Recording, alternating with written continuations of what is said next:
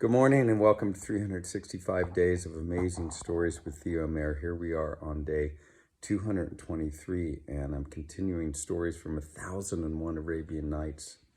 And this is the story of the young man from Baghdad and the lady Zuubeida's maid. Now remember that the king was ready to hang all the men that had been involved with the hunchback's death. And each one now came forward to try to tell a story that was better than the story of the adventures of the hunchback. And so the steward came forth and he greeted the king, his king, who he worked for. And he said, "O King of the Ages, let me tell you this story of the young man from Baghdad and the lady Zuubeida's maid." And so he began. "Just last night," he said, "I went to hear readings from the Quran. Many of us were gathered there together, many from this beautiful city of yours. And before we heard the readings, there was a meal presented. And at that meal, there was a special dish, a dish of rago. And this dish was spiced with cumin. Now, one in our company, when he saw this dish, stopped and refused to eat. He refused to eat anything at all. And all of us found this very curious. And we asked what it was that was the problem. And we insisted that he have some of it because it was delicious. You could see that he was visibly shaken by this. And he said, fine. If I must eat this dish, fine. But I will tell you that I must wash my hands 120 times before I eat it. Once with soap, once with potash, and once with galagash. 40 times each, 120 times total. Then I will eat your dish." Well, we were all curious about why this was the case. And so we had these things brought. And he washed his hands 40 times with soap, 40 times with potash, and 40 times with galagash. What galagash is, I don't know. After he'd done this, we set a bowl of this beautiful dish before him. He dipped his hand in and began to eat, but he was shaking when he did. Now, the rago had been prepared beautifully, and as we said, spiced with cumin. But one thing that we noticed as he ate is he could not keep it in his fingers. And we noticed that he had no thumb. And we asked, what has happened to your thumb? It is making a mess of everything. Is this by birth, or was there some calamity? And he turned to us and he said, that is not all. And he held up his left hand and showed us that the thumb of his left hand was missing as well. And he said, but this is not it. This is not all.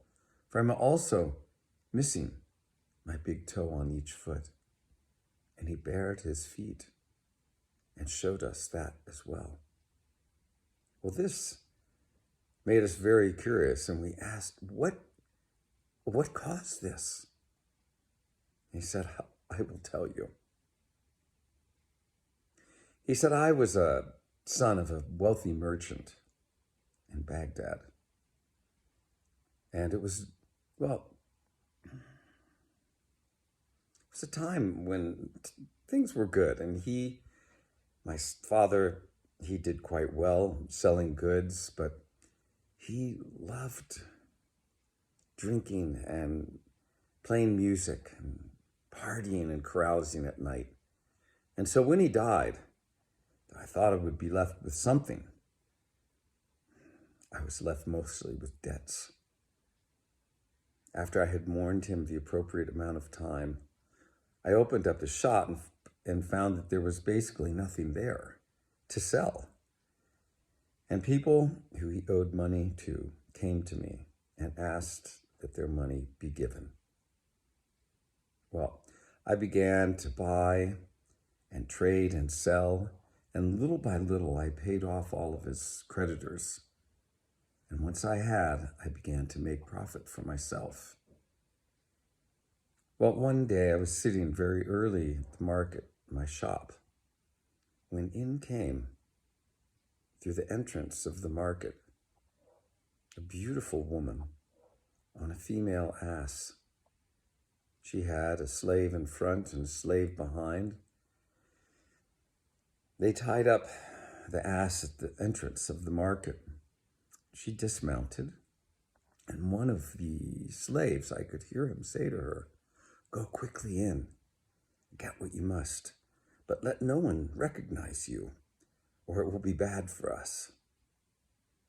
And in she went, but there were no markets open. Only I was there. She came to me, and she unveiled her face, and I was taken by her beauty in a way that I never had been taken before.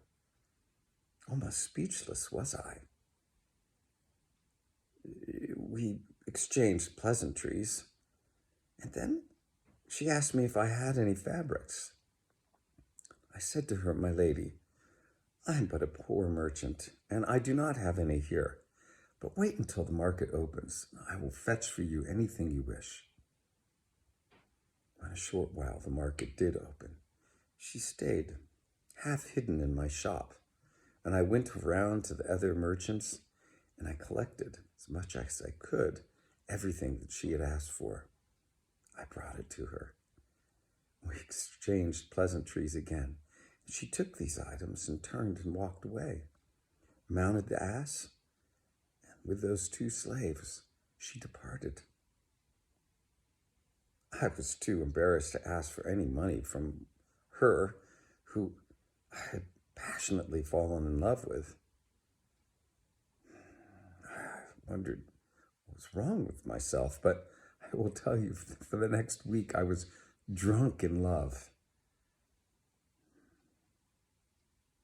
The days passed. A week passed. I did not see her. I knew not where she lived. I knew nothing about her. And the merchants who I had taken those fabrics from, they came to me and asked me for the money. I did not have it, but I told them I would get it. Well, fortunately, that very day, she came back. And when she arrived, she came to my shop and she said, "Get the money changer, for I have the money for you." Now, she had spent 5,000 dirhams on the goods, and we counted the money out. She gave it to me, and we exchanged pleasantries and chatted for the most beautiful moments. And then she left. And of course, with her, she took my heart again. Well, she did not only take that, though, for after I had paid her creditors off, she had asked me to get more goods for her. And the next day she returned. I gave her the goods that she had asked for. And she turned and mounted the ass again with her slaves, and off she went. And again I thought, what is wrong with me? For this time, the things that she'd asked for totaled 1,000 dinars. Here, I had taken 5,000 dirhams and exchanged it now for a debt of 1,000 gold pieces. What was I to do? Days passed. After a week, the merchants came asking for their money. I said, "I will get it. Don't worry. You know I am good for that." Another week passed. They came again, and another. Another week passed, and I put up everything I had for sale, for I was destitute and did not know how I was going to pay this off. And that very day she came. Here I was sitting forlorn and depressed at my shop. When I saw her coming, my eyes brightened. My demeanor changed in a moment. Oh my. To look in her face and her eyes, it was like looking into heaven itself. Nothing could go wrong so long as I had that beautiful visage in front of me. Again, we called the money changer. I took the money quickly and went to the creditors and paid them off. She waited for me and we began to talk. I was so passionately in love with her, I did not know how to begin. So I turned to one of her slaves. I was going to pay him to be a go-between, to let her know how I was feeling. He began to laugh at me and he said, "Go yourself, for she is more in love with you than you are with her. She's been pining for you all of these days. She did not need to buy those things from you. She only did it to be good to you. Go now and tell her how you feel. You do not need me as a go-between." And so I did. And I asked her if it would be okay if I expressed my feelings to her. And she said, of course. And I did. And she reciprocated her feelings to me. And then she got up and left. I was in heaven on a cloud, for I knew that something good was going to happen of this. She felt the same way toward me as I did toward her. Oh, my God. I wished upon all wishes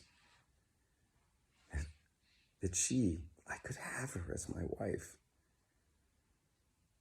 Well, in a few days, a slave came back and he said, Do you wish to see her? Because she wishes to see you. And so I said, of course. But who is she? He said, well, she is one of the waiting maids to Harun al-Rashid's very own wife, Zuubeida. She wishes for you. She wishes to have you as her husband. But Zuubeida said it cannot happen until she makes a judgment on you herself, whether you are handsome enough for her. For she has brought her up as her own daughter. I said, fine, I will go. He said, no, you will go, but you must sneak into her special chamber area. And if you are caught on the way, you shall lose your life. Now, are you game? I said, yes, of course, I am game. Let us go. So there I began to walk with the slave, and he shared with me what the plan would be.